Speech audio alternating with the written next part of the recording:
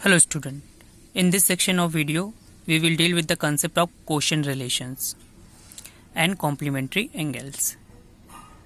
सबसे पहले अगर आपको कंटेंट अच्छा लगे तो इस कंटेंट को शेयर भी करिएगा और मेरे आइडियाज़ चैनल को सब्सक्राइब भी करिएगा ताकि ज़्यादा से ज़्यादा स्टूडेंट्स को फ़ायदा हो सके। चलिए वीडियो को शुरू करते हैं। In triangle A B C right angle at B, आप देख सकते हैं ए बी सी एक ट्राइंगल है, राइट एंगल ट्राइंगल है जहाँ पे 90 डिग्री एंगल बी पे बना हुआ है और एंगल ए पे एंगल थीटा है।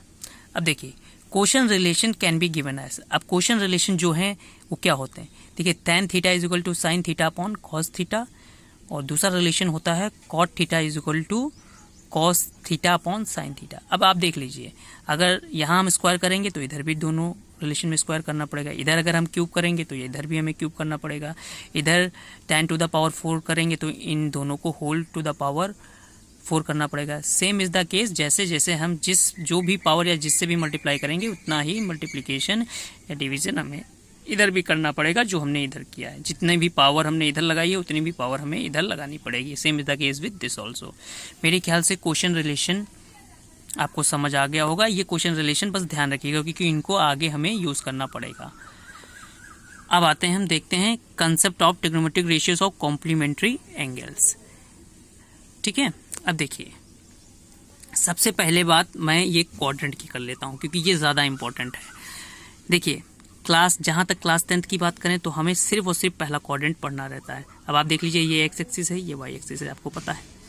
अब देखिए इसको हमने 4 भाग में डिवाइड करें, इसको first quadrant, second quadrant, third quadrant and fourth quadrant. सिर्फ फर्स्ट क्वाड्रेंट ही क्लास 10th में है, ये सेकंड, थर्ड एंड फोर्थ आपको 11th एंड 11th में आप पढ़ोगे।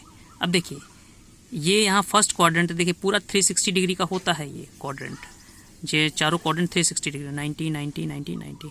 अब देखिए अगर मैं यहाँ तक पहुँचा, देख लीजिए मैंने ये लाइन यहाँ पे बनाई है, अगर मैं यहाँ तक पहुँचता हूँ, ये मान लेते हैं थीटा है, अगर ये एंगल थीटा है तो ये बचा हुआ एंगल कितना होगा 90 माइनस थीटा, क्योंकि पूरा कितना है 90 है। बस में आ गई। इसी तरह मान लीजिए हमने थीटा यहाँ माना था, मान लीजिए अब ये एक दूसरा हमने बनाया था रिलेशन, मान लीजिए मैंने ये लाइन बनाई और थीटा मैंने इसको मान लिया, तो same is the case with अगर ये बचा वाला क्या होगा 90 माइनस थीटा। तो दोनों तरह से हम बना सकते हैं, कोई हमें प्रॉब्लम नहीं होगी। मेरे ख्याल से बात समझ में आ गई होगी। दोनों ही डायग्राम्स आपके सामने हैं। अब चलिए शुरू करते हैं। देखिए ये रिलेशन आपको याद करने पड़ेंगे, दूसरा कोई चारा नहीं। अब जब भी होगा sine 90 minus theta is equal to cos theta होगा, याद कर लीजिए यही होता है। Cos 90 minus theta is equal to sine theta होगा, याद कर लीजिएगा। tan 90 minus theta is equal to cot theta होगा, याद कर लीजिएगा, ज़रूरी है। Cot 90 minus theta is equal to tan theta होगा, ये भी याद करना पड़ेगा आपको। फिर यहाँ पे देखिए sec 90 minus theta is equal to cosec theta होगा, इसको भी याद करना पड़ेगा। फिर आता है cosec 90 minus theta is equal to sec theta. ये आपको सारे रिलेशन याद होने चाहिए। ये पूरे फर्स्ट क्वाड्रेंट के रिलेशन है, यानी कि यहाँ के रिलेशन है, इतने बस यहाँ से यहाँ तक के ये रिलेशन है। इसके आगे के रिलेशन आपको नहीं पढ़ना है क्लास 10th में। तो ये सारे रिलेशन जो हैं आपको फर्स्ट क्वाड्रेंट के हैं और ये आपको याद करने पड़ेंगे क्योंकि ये आपको काफ़ी मदद करेंगे आगे ट्रिग्नोमेट्रिक न्यूमेरिकल्स को, आइडेंटिटीज़ को सॉल्व करने में। चलिए अब एक इम्पॉर्टेंट बात देखिए, साइन थीटा होल स्क्वायर, इसको हम लिखेंगे साइन स्क्वायर थीटा, इस तरह से लिख सकते हैं।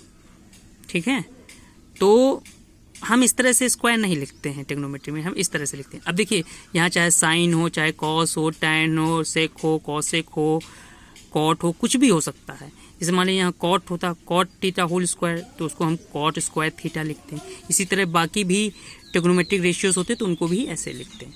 मेरे ख्याल से बात समझ में आ गई। अब नीचे आइए, एक और चीज़ दी हुई है साइन थीटा स्क्वायर। अब देखिए ये साइन स्क्वायर थीटा नहीं, साइन थीटा स्क्वायर, यानी कि एंगल का स्क्वायर है, यानी कि जो ये एंगल दिया है ये एंगल इसी का स्क्वायर है। ये मान लीजिए एंगल वो अगर 10 होता तो 10 का स्क्वायर क्या होता है 100, यानी कि साइन 100 डिग्री होता है यहाँ पे। मेरे ख्याल से बात समझ में आ गई होगी। और यहाँ पे कुछ भी हो सकता है, cos theta square, tan theta square etcetera करके कुछ भी हो सकता है। जितने भी हमने यहाँ पे डिस्कस किए हैं ये कोई भी हो सकता है इनमें से। मेरे ख्याल से बात समझ आ गई होगी। अगर वीडियो आपको अच्छा लगा है तो इसको ज़्यादा से ज़्यादा शेयर करिएगा, चैनल को सब्सक्राइब भी करिएगा ताकि ज़्यादा लोगों को फ़ायदा हो सके, ज़्यादा स्टूडेंट इससे सीख सकें। Stay blessed, stay at home since corona is going on. जय हिंद, जय भारत।